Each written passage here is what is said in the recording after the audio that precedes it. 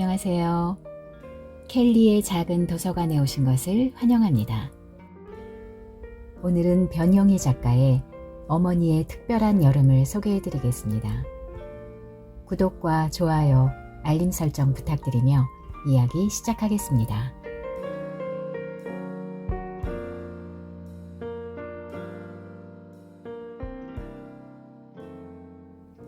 재경 CEO고 총동창회 임원회의는 12시 정각에 끝났다. 때가 연말이어서 모두들 바쁠 것을 감안하여 점심 식사도 생략했다. 유독 CEO고 출신 선후배 남편들 중에 현직 정부 고위 관리가 많아서 그렇다는 얘기였다. 수진에겐 오히려 잘된 일이었다. 커피 전문점 오두막에서 간단히 결산 보고를 겸하여 회의를 마친 임원들이 하나둘 자리를 떴지만 수진은 자리에 그대로 남아있었다. 언니, 내 얘기 꼭 들어줘야 돼요.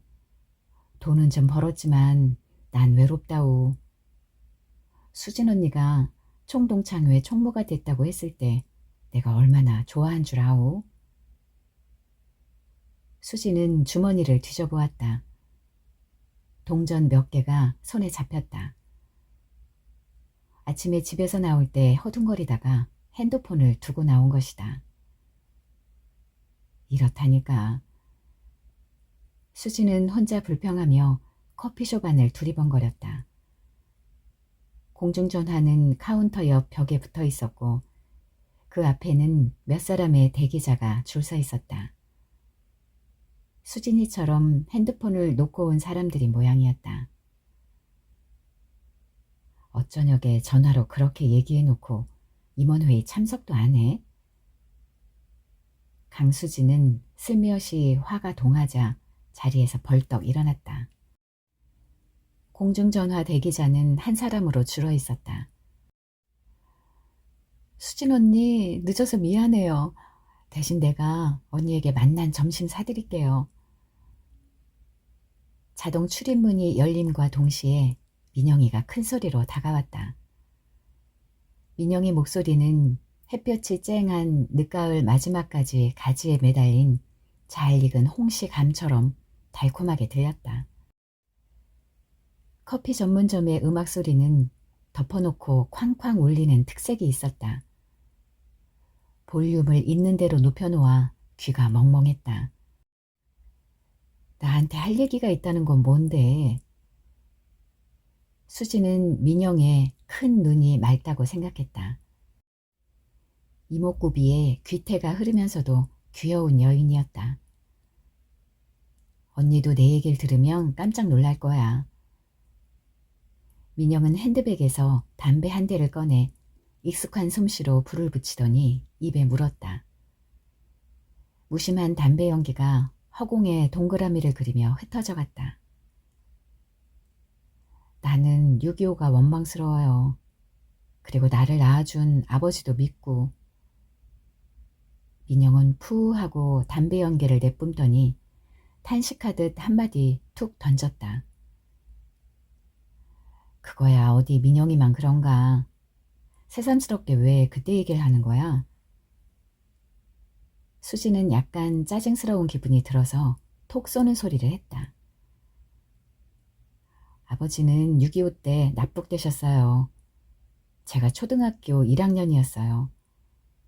우리가 공산주의가 뭔지 민주주의가 뭔지 알긴 뭘 알겠어요. 빨갱이 자식이라고 얼마나 당하고 차별받은 줄 아세요? 끝내는 제가 봉직하고 있던 학교에서도 쫓겨나고 가정이 풍비박산이 되었어요. 당시 S여고 미술교사였던 민영이가 수업 중에 군홧발로 교실에 쳐들어온 무장 군인들에게 영분도 모르고 끌려가 악명 높은 새칭 남산이란 곳에서 모진 고문을 받았다는 이야기는 수지는 진작부터 들어 알고 있었다. 단지 아버지가 납북되었다는 이유 하나로 젊은 여교사가 겪어야 했던 수모와 학대, 그리고 온갖 고문에 관한 것을. 그녀의 정강이에는 군화 발바닥 자국이 그대로 남아있어 보는 이들에게 치를 떨게 했다. 그래서 결국 고위 장교였던 남편조차 옷을 벗게 되었다고 한다. 당했다고? 누구한테 왜 당했다는 거야? 수진이 일부러 시치미를 떼며 민영에게 얼굴을 좀 더 가까이 가져갔다. 어쩌면 수진이 자신의 이야기를 민영이가 대신 해주고 있는 느낌이 들었다. 저는 아버지가 차라리 없는 편이 나았어요. 학비는커녕 아버지 얼굴도 못 보고 살아왔는데 정부에서는 저를 고정 간첩단 일원이라고 잡아들였지 뭐예요. 민영의 맑은 눈에서는 금방이라도 눈물이 방울방울 흘러내릴 것 같아 위태로웠다. 30여 년이 훨씬 지났는데 이제 와서 뜬금없이 무슨 간첩 타령이냐. 쯔쯔, 아버지 없이 산 것만도 서러운데. 그래요 언니, 저도 그게 억울해요. 어머닌 우리 형제들을 혼자서 기르느라고 험한 일, 굳은 일, 안 해본 일이 없으시고 얼마나 고생한 줄 아세요? 민영은 서름이 복받치는지 코를 훌쩍이기 시작했다. 그래도 아버지는 원망하지 마라. 아버지도 좋아서 나쁜 뜻인 게 아니잖아. 알아요. 다 안다고요. 그리고 수진 언니도 어머니 없이 살아오신 거 저도 들었어요. 하긴 CC에 살던 수진이나 민영이 또래의 어른이라면 그 당시의 사정을 대강 짐작은 하고 있을 터였다. 이편 저편 편을 갈라 아무나 잡아 죽이고 아무 때나 잡아가던 흉한 세월의 흔적들을. 그 얘긴 왜 또. 이번에는 수진의 눈에 이슬이 맺혔다. 돌이키기 싫은 아픈 과거. 지독한 악몽이었다. 수진은 눈물이 그렁그렁한 눈길을 창밖으로 돌렸다. 수진의 눈길엔 형용할 수 없는 복잡한 감정들이 실려 있었다. 한껏 멋을 낸 여인들 한때가 근처의 결혼식장으로 가는지 부산하게 지나갔다. 얘가 왜 날 만나자고 하더니 얘 상처를 쑤셔내고 그래. 수지는 일막삼장의 악몽을 떨어내듯 머리를 세게 흔들었다. 어머니 하고 그녀는 마음속으로 불러보았다. 그것은 끝도 없이 그리운 이름이었다. 모두 운동장에 모여. 이제 겨우 2시간째의 수업이 끝났고 시간은 오전에 머무르고 있었다.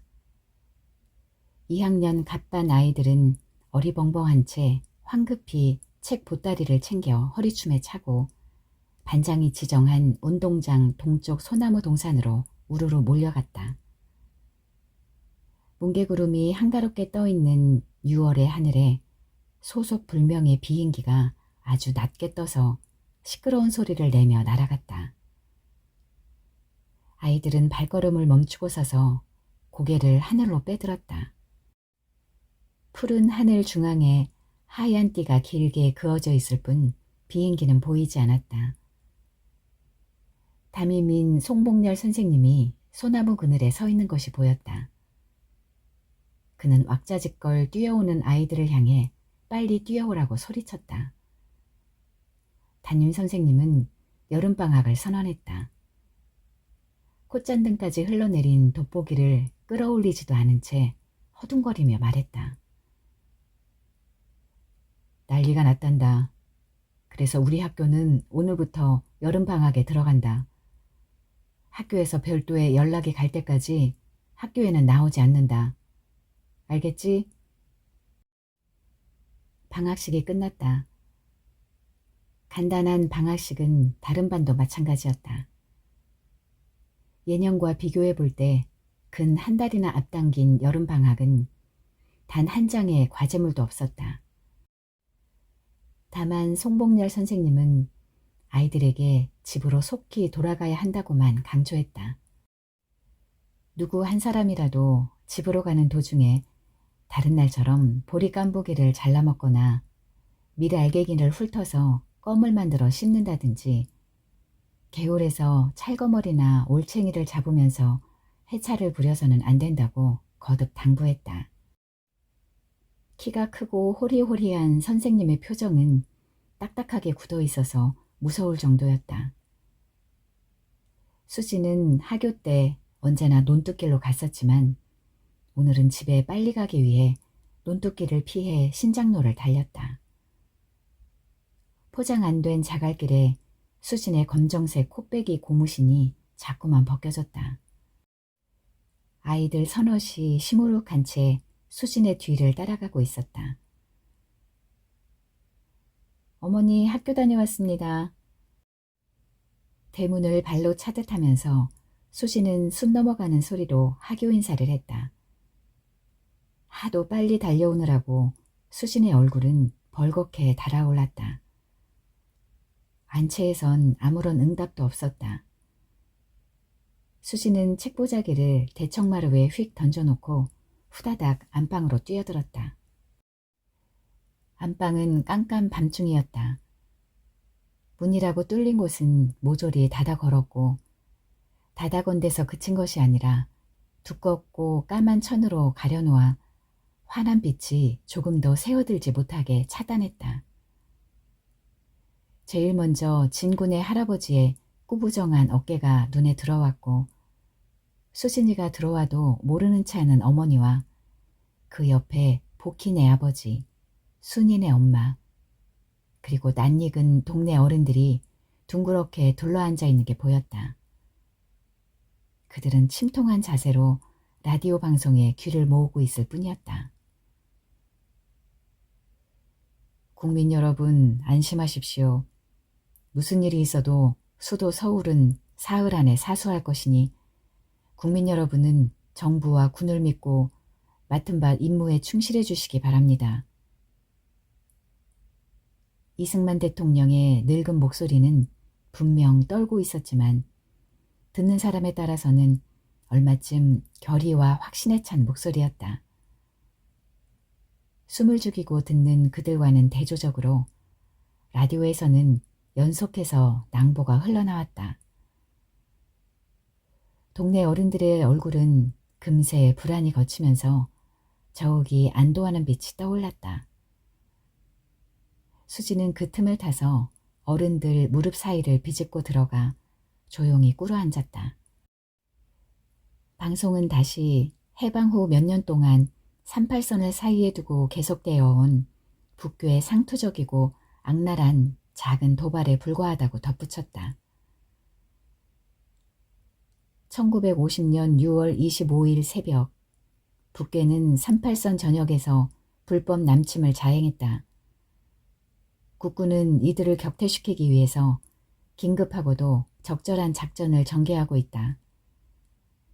그들은 동두천 정면에서 탱크까지 동원하여 침입했으나 우리의 대전차포에 의해 파격되었다. 전 국민은 군을 신뢰하고 미동함이 없이 각자의 직장을 고수하면서 군 작전에 협력하기 바란다. 되풀이에서 전해지는 격파, 격퇴, 혹은 반격, 전멸 소식에 동네 사람들은 그럭저럭 안심을 하는 눈치였다. 그러나 이승만 대통령의 어눌한 육성이 사람들의 귓가에서 채 사라지기도 전에 사태는 급변했다. 북한 공산당 괴뢰 집단은 이미 의정부를 점령하고 파죽지세로 서울을 향해 쳐내려오고 있다는 긴박한 소문이 떠돈 것이다. 아무래도 큰 난리가 난 모양이요. 동네에서 제일 연장자인 진군의 할아버지의 말이 신호라도 된 듯 이웃집들은 피난짐을 싸느라 여념이 없었다. 시장에서는 쌀을 사려는 사람들이 줄을 잇자 쌀값은 배로 뛰었고 금값 또한 폭등하는 사태가 벌어졌다. 소 달구지에 먹을 양식과 가솔들을 싣고 떠나는 사람, 지게 위에 어린 아들을 올려앉히고 좀 큰 애들은 걸리고 도망치듯 떠나가는 이웃들이 점점 늘어만 갔다. 혜진아, 너 지도 좀 갖고 와봐라. 대체 의정부가 어디쯤이냐. 어머니는 경황이 없었다. 여학교 1학년인 큰딸 혜진이와 함께 대한민국 전도를 펴놓고 손가락으로 의정부를 짚었다가 서울을 짚었다가 했다. 지도를 보나 마나 서울과 의정부는 지척이었다. 어머니는 전화통에 매달렸다.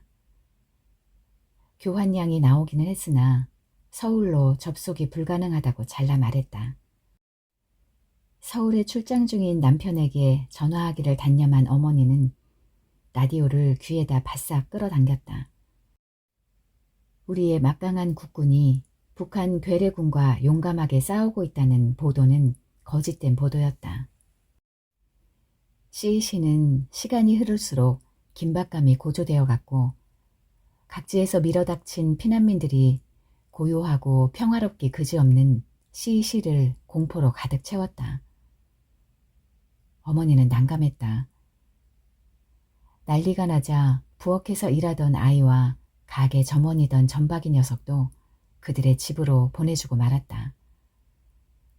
어머니는 안방 미닫이 틀 위에 나란히 걸어둔 사진틀을 떼어냈다. 경찰 제복을 단정하게 입은 조카 사진과 3년 전에 해군에 입대한 친정 동생의 사진을 북북 찢어서 아궁이에 던졌다. 자, 얘들아, 우리도 피난을 가야 된다. 이 가방들을 하나씩 짊어져라. 수지는 쌀 몇 대박을 퍼담은 육색을 짊어졌다. 철 모르는 동생들은 소풍이라도 가는 양 즐거워라 했지만 어머니와 큰언니의 표정은 어둡기만 했다. 아버지는 어떻게 해? 저만치 멀어져 가는 집을 돌아보고 혜진이 혼자 소리처럼 중얼거렸다. 뜰 가득히 핀 여름 꽃들이 집 떠나는 그들에게 말없는 작별 인사를 보냈다. 잘 있어 정든 집아. 그리고 꽃들아. 이 전쟁이 끝나면 반드시 돌아올 거야. 수지는 울먹이면서 재빨리 뒷곁으로 돌아가 장독대 옆에 심은 꽈리를 한 개 따 들었다. 여러 그루의 꽈리나무에 꽈리가 총총히 매달려 있고 뒷곁 마당은 수세미, 포도, 나팔꽃 넝쿨로 온통 뒤덮여 있었다. 침통하고 암담한 여름이 CEC와 청원군으로 이어지는 국도 위에 끝간데 없이 누워 있었다. 수진이네 일가는 그 암담한 여름을 밟고 타박타박 걷고 또 걸었다. 여기서 하룻밤 쉬어갈 수밖에 없겠구나. 어머니는 면사무소의 면한 창고 앞에 짐을 내려놓고 포대기 끈을 풀었다. 양쪽 젖이 퉁퉁 불어 있었다. 막내가 아앙 하고 울음을 터뜨리며 어머니의 가슴을 파고들었다. 굳게 잠긴 면사무소 앞을 피난민들은 먼지를 일구며 쫓기듯이 지나갔다. 밤새도록 총소리가 콩을 볶았다. 보도연맹에 가입했던 좌익 인사들을 잡아들여 모조리 총살을 시킨다는 것이다. 거의 그 지역의 유지였거나 식자층이 대부분이라는 보도연맹원들은 비명 한 번 지르지 못하고 졸지에 떼죽음을 당했다. 이승만 대통령의 사흘은 3번씩이나 덧없이 흘러갔다. 단지 사흘 동안이었다. 사흘 동안만 피난 나갔다 돌아오면 우리의 국군이 북한 공산 괴뢰군을 전멸시키겠다는 연로하신 대통령 각하의 약속은 국민을 기만하기 위한 완전한 허구에 지나지 않았다. 희뿌옇게 동쪽 하늘이 밝아오자 어머니는 아이들을 흔들어 깨웠다. 새벽이 되자 포격 소리는 훨씬 가깝게 들려왔다. 북교의 탱크 부대가 피난민 대열을 앞지르기라도 한 것 같았다.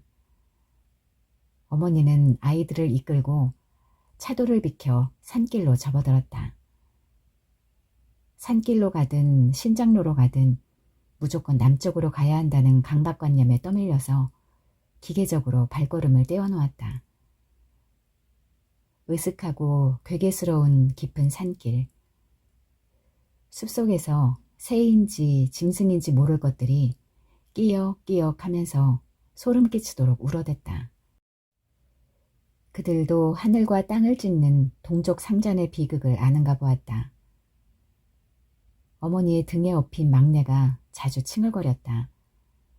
몸을 비틀면서 악을 쓸 때마다 어머니는 막내의 궁둥이를 축해 올렸다. 소 달구지와 리어카를 끌고 가던 사람들이 달구지도 리어카도 내팽개친 채 맨몸으로 걸어갔다. 들고 가던 보따리도 아무데나 휙 내던졌다.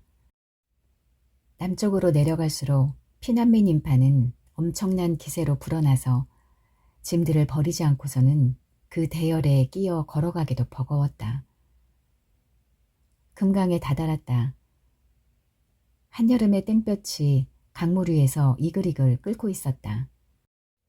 겨우 연화문이나 타면 족할 작은 거룻배 한 척이 피난민들을 소복하게 싣고 물살을 가르며 강 가운데로 나아가는 것이 보였다. 얘들아, 이래가지고는 강을 건널 수가 없겠어. 저 작은 배가 망가지지 않겠니? 자, 강을 돌아서 걸어가자. 어머니는 배 타기를 포기했다. 지친 아이들이 어머니의 뒤를 쫓아갔다. 초가 20여 호가 띄엄띄엄 자리 잡은 강마을은 강에서 벌어지고 있는 아수라장과는 별개의 풍경이었다. 이 집 저 집에서 보리쌀 삶는 냄새와 가마솥에 슬쩍 들기름을 두르고 쪄낸 간자의 익는 냄새가 구수하게 풍겨오고 있는 것만 같았다. 낯선 사람들을 보고도 짖을 줄 모르는 유순한 삽살개가 어슬렁거렸다. 마을 뒤쪽으로는 굵게 자란 대나무 병풍이 받쳐주고 여러 종류의 곡식과 채소들이 들과 야산에 풍성했다. 전쟁의 참화가 무색할 만큼 주변 경치가 평화스러웠다. 저건 뭐지? 마을 어귀에 우뚝 서 있는 천하대장군, 지하여장군의 위용에 아이들은 함성을 질렀다. 마을의 수호신이야. 저들이 마을을 지켜주는 거야. 큰딸 혜진이 무겁게 대꾸했다. 아직 이 지역엔 전쟁의 광풍이 몰아닥치지 않았음을 증명하듯 이빨을 드러낸 천하대장군과 지하여장군이 그들 일행이 멀리 사라질 때까지 굽어볼 뿐이었다. 엄마 배고프다. 밥 좀 해먹고 가자. 천하대장군과 지하여장군이 그들의 시장길을 부추긴 것일까? 잠시라도 그것들을 바라보며 불안감이 사라진 것일까? 냇물을 떠다가 밭물을 붓고 돌짝을 주워다 양은솥을 걸었다. 덤불을 긁어 모아 불을 댕기자 쌀은 이내 익어가는 냄새를 풍겼다. 설 익은 밥이 남아 아이들은 감지덕지 입으로 퍼날랐다. 생된장 덩어리가 꿀떡꿀떡 목구멍을 타고 넘어갔다. 꿀맛이었다. 젖을 제대로 먹지 못한 막내도 밥솥으로 기어가서 주먹으로 밥알을 움켜쥐었다. 막내의 볼과 이마에 밥풀떼기가 눈꽃처럼 하얗게 달라붙었다. 아이들이 노숟가락을 들고 양은솥을 박박 긁자 어머니 뱃속에서도 쪼르륵 소리가 났다. 위장에 구멍이 송송 뚫린 듯이 쓰리고 아팠다. 통통 불어있던 앞가슴이 바람 빠진 풍선처럼 졸아들었다. 어머니는 개울물을 2번, 3번 퍼다가 물로 배를 채웠다. 아이들도 개울물을 벌컥벌컥 들이켰다. 발자국을 떼어놓을 때마다 그들의 뱃속에서 꾸르륵 꾸르륵 물 내려가는 소리가 들렸다. 덕골마을이 눈앞에 다가왔다. 어머니의 가슴은 두방망이질을 했다. 남편 강주식은 2대째 독자였고 지금 찾아가고 있는 남편의 오촌 당숙은 평소에는 별로 내왕이 없던 친척인 셈이다. 디귿자의 한옥은 금강 지류를 내려다보며 산 중턱에 높이 올라앉아 있었다. 제법 밥술 깨나 먹는 집안임을 한눈에 알 수 있게 하는 큰 규모였다. 어서들 오라고. 어린 것들 데리고 얘까지 오느라고 더위에 질부가 고생이 많았네. 당숙모가 그들이 올 줄 짐작이라도 했다는 듯이 외양간에 붙어있는 토방으로 혜진네 일가를 안내했다. 얼금얼금한 자리가 깔려있는 토방에서는 흙냄새가 났다. 풋고추 된장의 보리밥은 어떤 진수성찬에도 비할 수 없이 맛났다. 밥숟가락을 놓기가 바쁘게 아이들은 멍석 위에 골아 떨어졌다.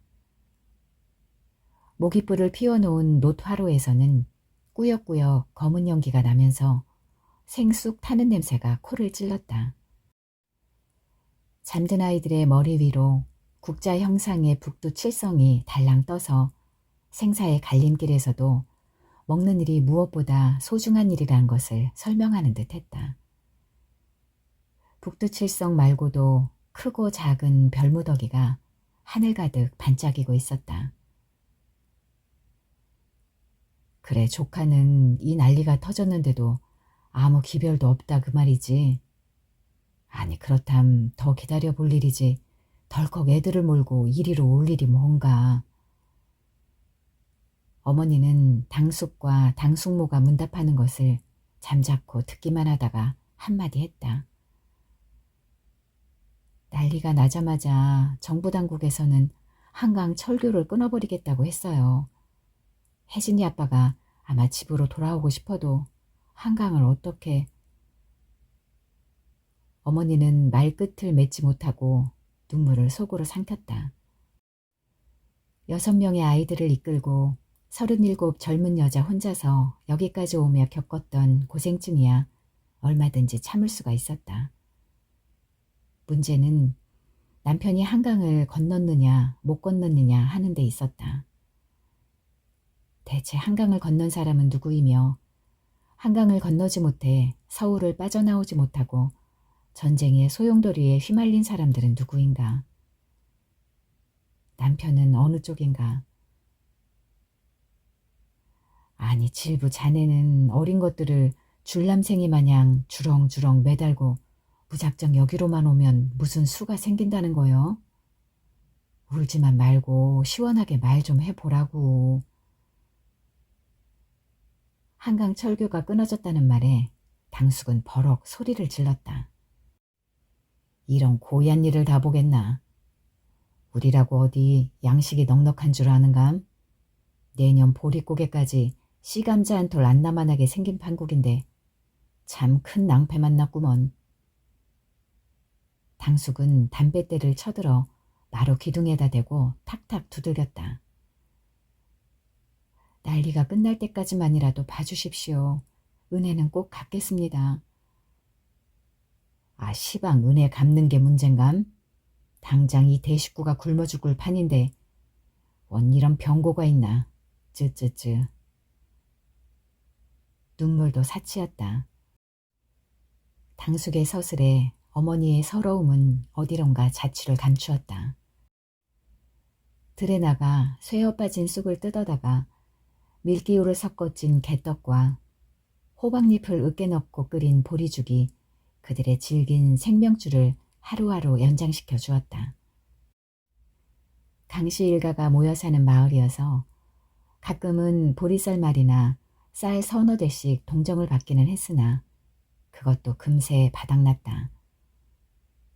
어머니는 금반지와 금비녀 그리고 가지고 있던 몇 가지 안 되는 비단 의복들마저 당숙모에게 고스란히 진상했다.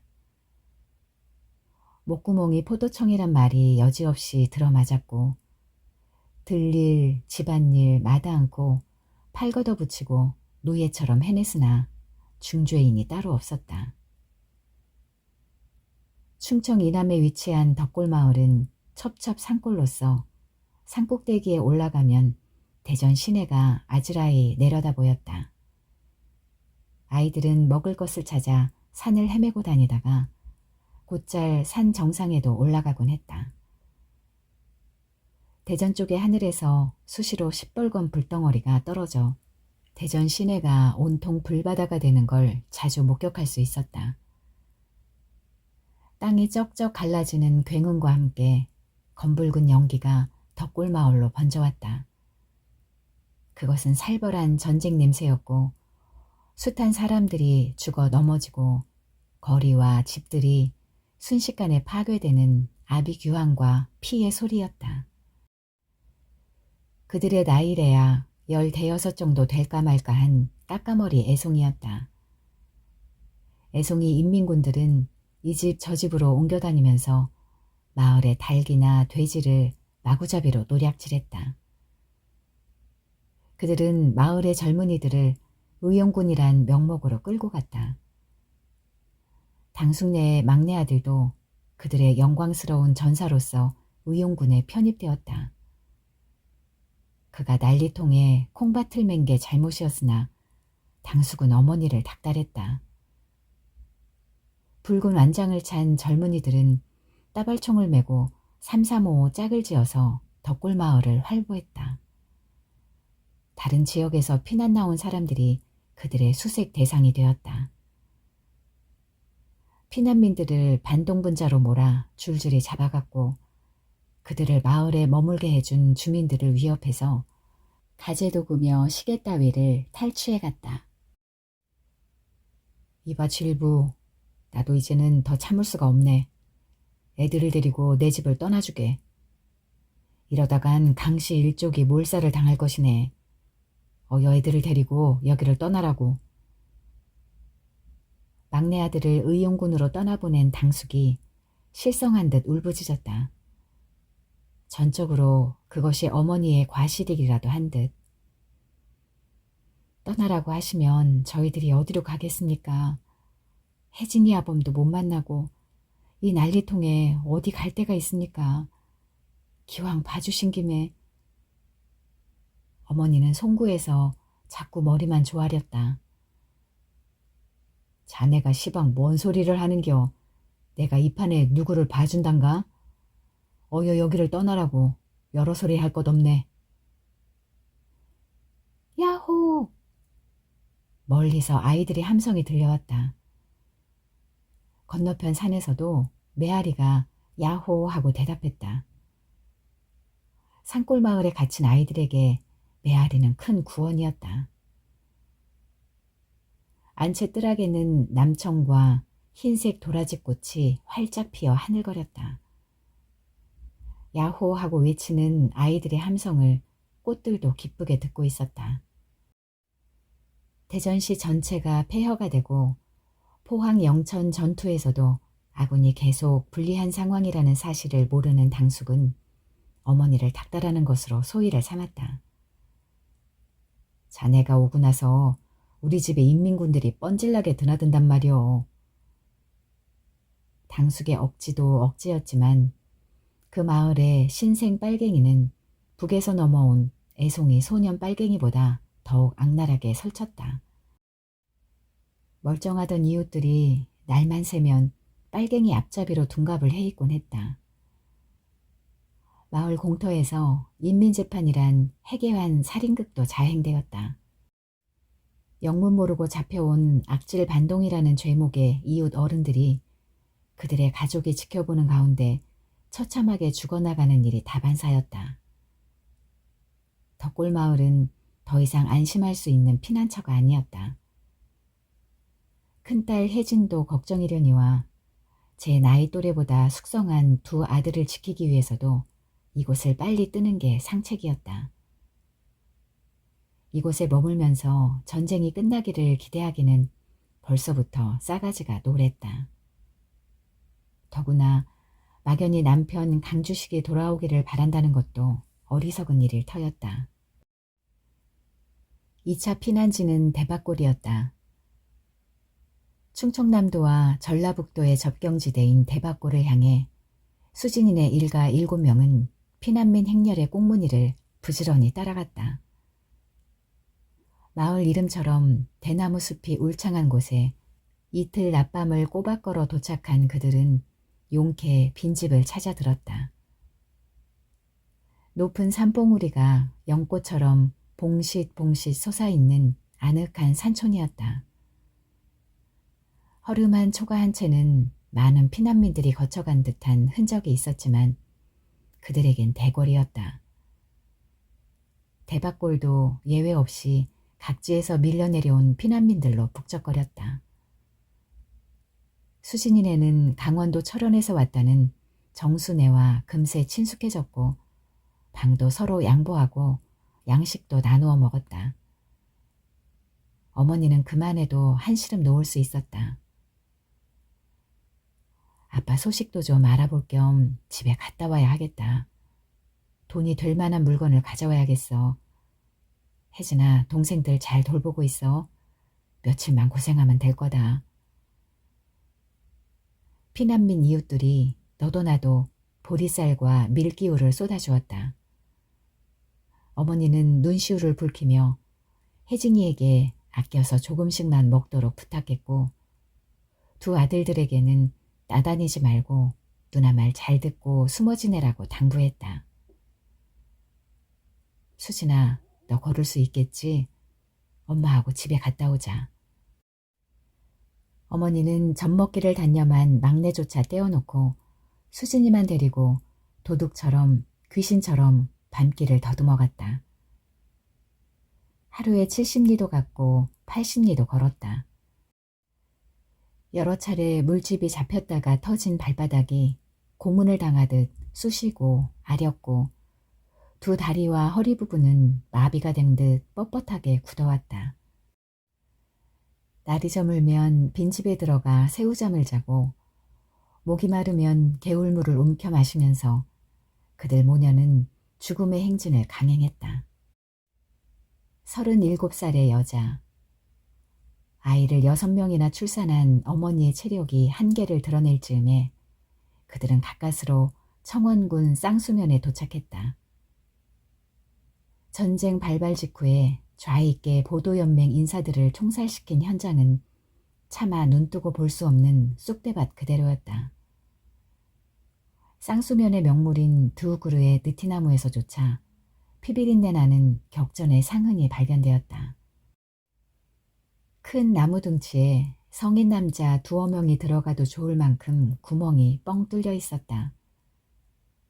그 구멍은 죽음의 아가리처럼 섬뜩한 느낌을 주었다.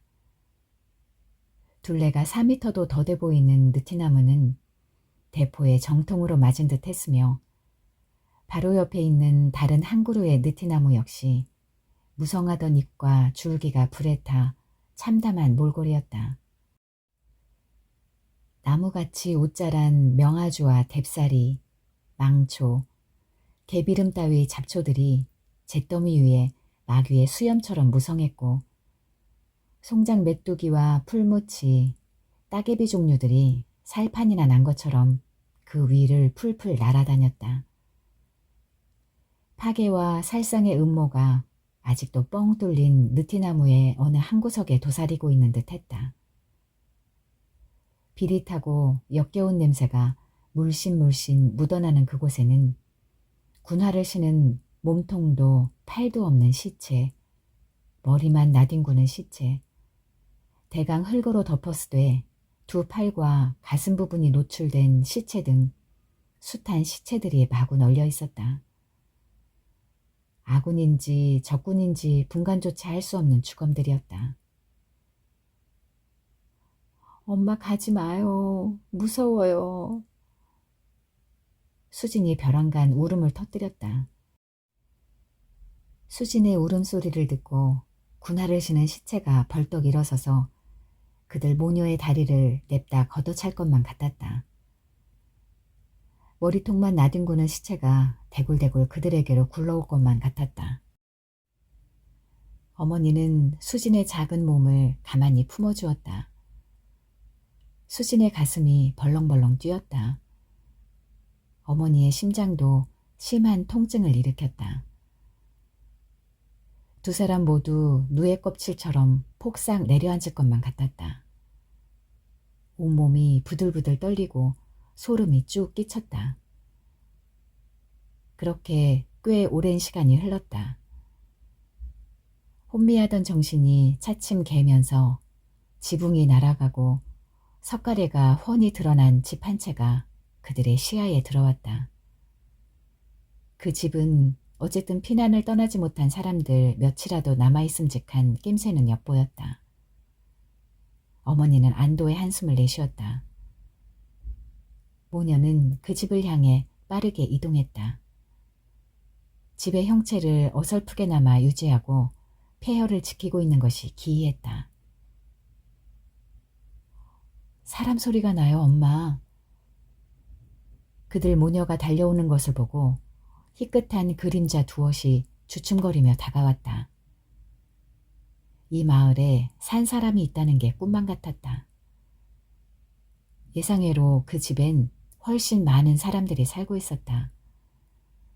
어머니의 포목가게에 단골로 다니던 쌍수면의 토박이들과 그 외에는 오다가다 주저앉은 피난민들이었다. 살아계셨군요. 한데 여긴 어인일로 오셨소. 그들 중에 한 사람이 성급하게 질문했다. 대한민국 부인회 간부를 지내셨다지요? 사모님께서는 지금 악질 반동분자로 지목돼 있을 겁니다. 아마도 수색대상 1호일 겁니다. 고급 공무원인 남편 강주식, 그리고 경찰관 조카, 해군인 친정 동생으로 인하여 보통 반동분자라는 용어 앞에 악질이란 단어가 더 붙은 것인가. 어머니는 그 사람의 말을 듣는 둥 마는 둥 경황이 없었다. 설상가상으로 어머니가 찾아가고 있는 시희씨의 집은 시도인민위원회가 접수하여 사무실로 쓰고 있어서 안채와 2층 할 것 없이 인민군에 소굴이 돼 있다고 소상하게 전했다. 들을수록 불길한 내용이 전부였다. 어머니의 허파에서 불길이 뜨겁게 치솟다가 술술 빠져 달아났다. 눈앞이 아뜩하고 다리에 힘이 절로 빠져서 그 자리에 주저앉을 지경이었다. 위험하다고요. 당장 돌아가세요. 여기도 빨갱이 놈들이 하루에도 몇 번씩 찾아옵니다. 사람들은 이구동성으로 외쳤다. 여름 해는 더디 저물었고 올망졸망한 산등성이 위에 한여름의 따가운 햇살이 작은 위안처럼 그렇게 머물러 있었다. 어머니는 숨을 크게 한 번 내뿜었다. 뭉클한 그 무엇이 목구멍을 타고 치 올라왔다. 집이고 돈이 될 물건이고 간에 당장 이곳을 나가 다른 곳으로 도망가야 한다는 일념뿐이었다. 이게 뉘시오. 언뜻 보아 외양이 후원하고 여유가 넘치는 40 전후의 남자가 들어섰다. 그 남자의 양복 차림과 백색 구두가 집안의 공기를 더 음울하게 올감했다. 전쟁이 아니라도 평상시에도 보기 드문 색다른 복색이었다. 백색 구두의 주인공이 구호를 외치듯 우렁차게 말했다. 유능한 여성 동지께서 자진해서 와주시다니 참으로 반갑습니다. 그의 말씨는 투박한 충청도 사투리가 아닌 이북지방의 사투리에 가까웠다. 그의 백색 구두와 함께 말씨 또한 놀라운 변화였다. 그는 말을 이어갔다. 그렇지 않아도 시도의 여성동맹위원장을 물색 중인데 마침 잘 되었소. 나와 같이 시시로 들어가서 곧바로 등록을 한 다음에 김일성 수령 동지를 위해 우리 함께 일합시다. 순간 사람들의 얼굴에 파동이 일어났다. 어머니의 눈은 분노로 떨고 있었다. 어떤 말도 입 밖으로 내뱉을 수 없는 상황이었다. 백색 구두의 장본인 정한철은 득이 만만했다. 해방 직후에 남편 강주식과 더불어 애국 청년단을 결성하고 나라를 위해 생사고락을 함께하던 사람이라고는 도저히 믿을 수가 없었다. 추운 겨울밤 애국 동지들과 수진이네 뒷방에 앉아 도토리묵과 해삼을 먹으며 나라의 안녕을 함께 논하던 그자가 누구보다 앞서서 변절을 한 것이다. 수진의 아버지 강주식과는 막역한 깨복쟁이 친구가 아니던가. 수진이 잔뜩 움츠린 목을 어머니의 허리에 기댔다. 다짜고짜로 어머니의 손을 잡아 끄는 정한철의 존재가 수진은 폐허에 널려있는 시체들보다 더 무서웠다. 정한철, 그는 적이었다. 전쟁이 빚어낸 또 하나의 우수였고 화근 덩어리였다. 아니, 폭탄이었다. 그의 입에서 남발되는 사모님이나 아주머니라는 호칭 대신 여성 동무라는 단어가 그 증거였다. 마음을 추슬러서 결정할 수 있도록 시간적 여유를 주셨으면 합니다만 어찌하든지 시간을 끌어야 한다. 어머니의 생각은 그랬을 것이다. 신락 같은 달이 공허한 밤하늘에 을씨년스럽게 떠올랐다. 어머니와 수지는 아랫배에 힘을 주고 가슴을 졸이며 어둠 속을 걸어갔다. 쌍수면의 원혼들과 유령들이 그들의 뒤통수에 막무가내로 따라붙는 것만 같았다. 함께 가요. 우리도 데리고 가요. 라고 외치면서. 삼거리였다. 흐릿한 달빛을 받고 시시로 가는 길과 청원군으로 가는 길이 곱게 뻗어 있었다. 남이면에서 청원군 쪽으로 난 길을 밤새 따라 걸어가면 시시 쪽보다는 조금 안심해도 좋을 것으로 알았다. 정지, 암호. 날카로운 금속성이 한밤의 정적을 깼다. 이어서 여러 개의 구둣발 소리가 저벅저벅 다가왔다. 인민군 초소가 그곳에 있었다. 아니, 이게 뉘시라고? 악질 반동 여성 동무가 야밤에 도주라 이런 말씀이신가? 그들 중에 한 명이 이렇게 이죽거릴 때 어머니의 왼쪽 볼에서 불똥이 튀었다. 왼쪽 귀가 당장 먹먹하게 막혀왔다. 그들은 마치 미리 알고 기다리고 있었던 듯 했다. 무식이야 이 예민아이는. 인민군 소자의 두 눈에 살기가 번뜩이는 순간 수진의 작은 몸뚱이는 길 저편으로 나가 떨어졌다. 야, 동무들 못들 하고 있나? 이자들을 끌고 가라우야. 인민군 소자가 명령을 했다. 도인민위원회로 끌고 가서 내일 아침 인민재판에 회부하도록. 내 말 알갔나? 4명의 인민군 뒤에 정한철의 백색 구두가 보였다. 그는 겁에 질린 모녀를 지그시 노려보았다. 송미순 동무는 무모한 짓을 저질렀소. 도대체 무엇을 믿고 도도하게 구는 거요? 정한철은 씹어뱉듯 거침없이 내까렸다. 전쟁은 이미 결판난 것이나 다름없소. 남조선은 곧 해방될 것이오. 그의 마지막 말은 어머니의 가슴을 갈기갈기 찢어놓았다. 전쟁은 끝난 것이나 마찬가지라니. 남조선은 곧 해방이 된다고? 그 말은 무엇을 의미하는가? 피멍으로 얼룩진 그녀의 눈에서 뜨거운 눈물 줄기가 쉴 새 없이 흘러내렸다. 회청색 하늘이 거치면서 동력엔 아침 해가 무심한 자태를 드러냈다. 도인민위원회 사무실은 듣던 대로 수진이네 집이었다. 각색 꽃들이 어우러졌던 화단은 형체도 없이 사라졌고 넓은 마당엔 쌀가마니 같은 물건들이 높게 쌓여 있었다. 인민군들은 그들 모녀를 2층의 구석진 방에 가두었다. 판자로 중앙을 막아 두 개의 방으로 갈라놓았고 바깥으로 난 창문에 거대한 플래카드가 햇볕을 차단하고 있어서 밀폐된 방이나 다름없었다. 사방 벽에는 김일성의 대형 초상화가 덕지덕지 붙어있고 보기만 해도 등골이 오싹해지는 전쟁 포스터를 무질서하게 붙여놓고 있었다. 그 가운데에서도 남조선 해방이라는 구절은 어린 수진의 눈길을 유난히 자극했다. 어머니는 방 한 귀퉁이에 쓰러져 깜빡깜빡 잠이 들곤 했다. 잠이 아니라 기절일지도 모른다. 간간히 헛소리를 했다.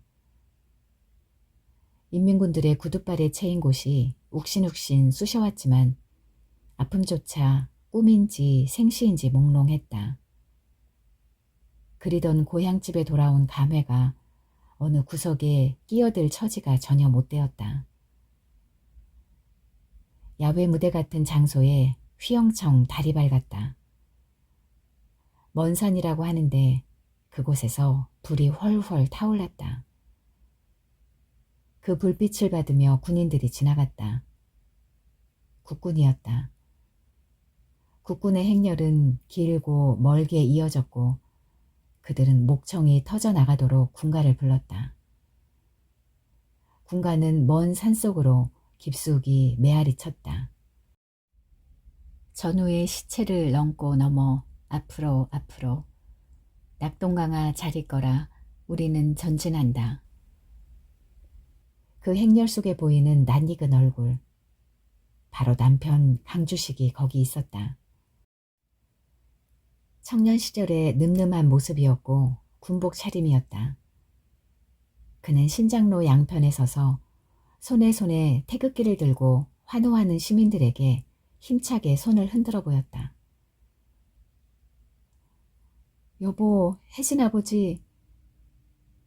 큰 소리를 지른다고 했지만 그 소리는 어머니의 입속에서 이내 녹아 없어졌다.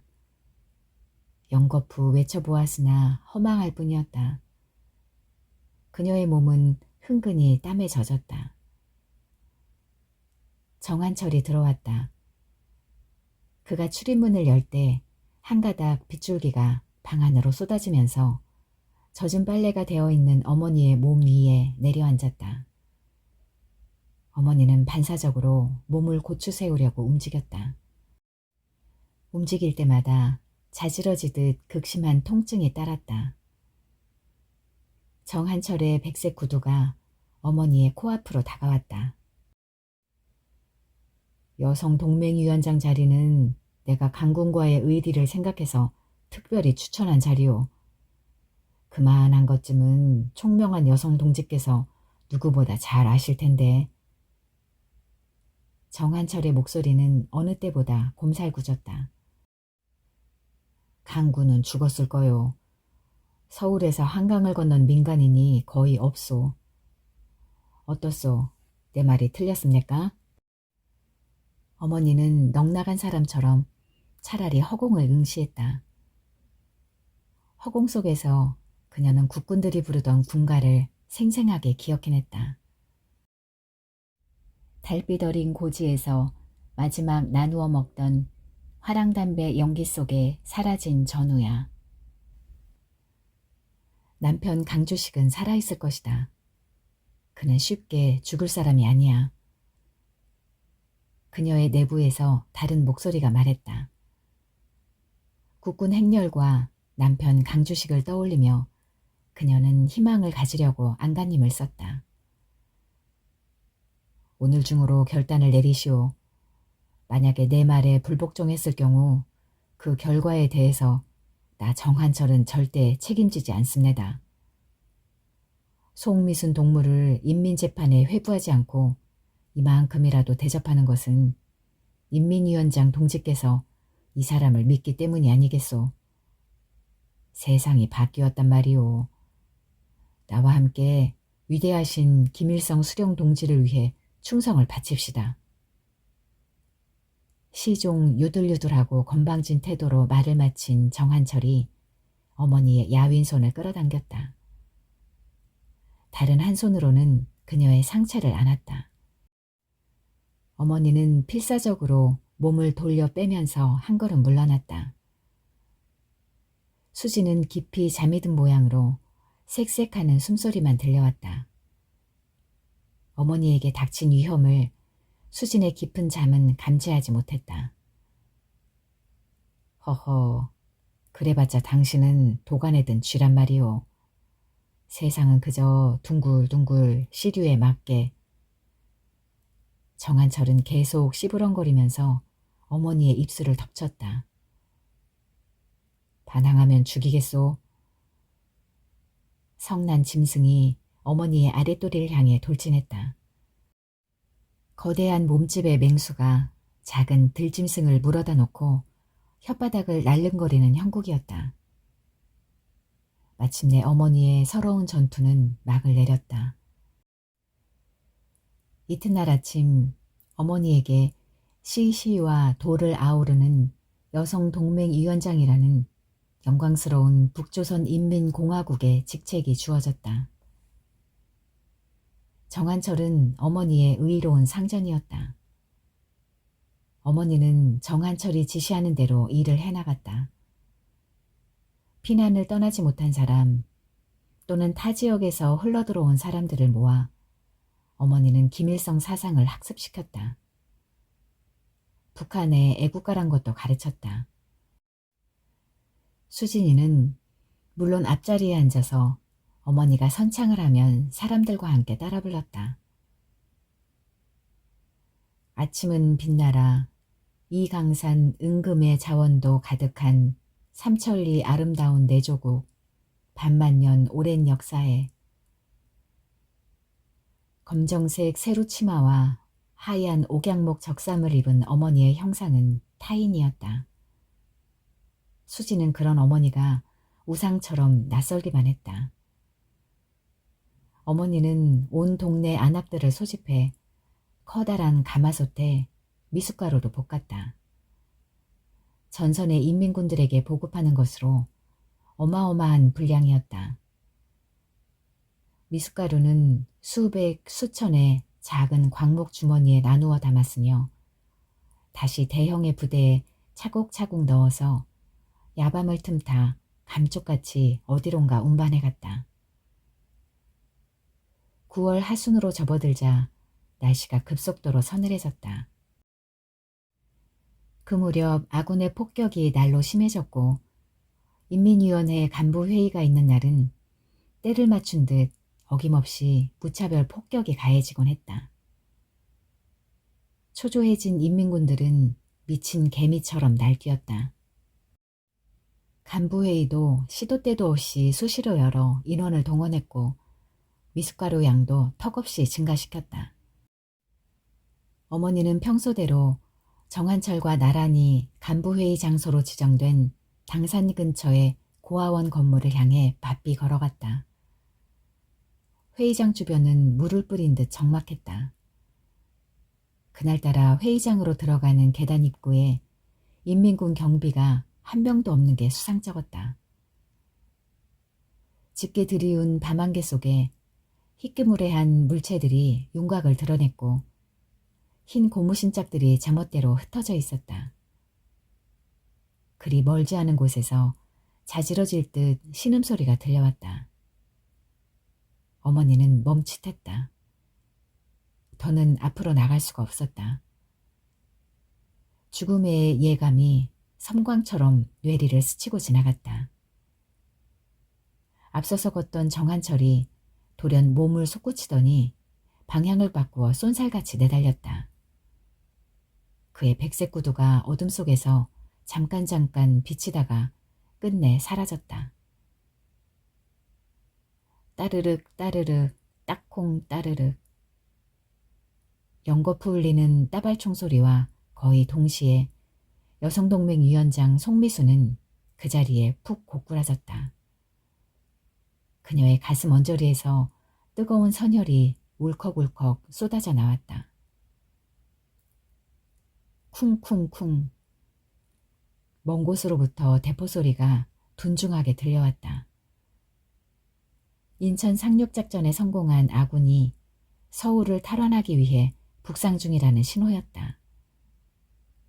남쪽으로 내려갔던 피난민들도 북진하는 국군을 따라 고향으로 돌아오고 있었다. 전쟁이 일어나자 즉시 국군에 입대한 강주식은 북진하는 국군의 대열 속에서 거리에 나와 환호하는 시민들에게 손을 흔들었다. 그의 어깨 위에서 대한민국 육군대위 계급장이 자랑스럽게 빛을 냈다. 대한민국 국군 만세, 만세. 눈물로 외치는 만세 소리가 지축을 뒤흔들었다. 석 달간의 길고 지루했던 악몽과 함께 어머니의 특별한 여름은 만세 소리에 묻혀 흔적도 없이 산화하고 있었다. 온 누리에 가을이 깊어갔다. 이야기를 마친 수진이 음미하듯 천천히 컵을 들어 냉수를 마셨다. 입안이 바짝바짝 타들어가는 것 같았다. 아니, 입안이 아니라 타들어가는 건 그녀의 심장이었다. 그래서 예쁜 언니의 얼굴에 늘 슬픔이 드리워 있었구나. 민영은 더 긴 말을 하지 않았다. 수진과 민영은 찻집 오두막을 나왔다. 자동 출입문이 열리고 닫히는 순간 그들의 과거가 오두막으로 소리 없이 스르르 숨어드는 것을 정확하게 느낄 수가 있었다. 그들은 결혼식장으로 가는 듯 옷을 잘 차려입은 사람들 속에 섞여 묵묵히 발걸음을 떼놓았다. 언니의 소설을 읽고 나서 제가 겪은 얘기도 작품으로 써달라고 그 부탁을 드리고 싶어서 이렇게 허둥지둥 달려온 게 아니겠수. 능청 떨지 마시라요.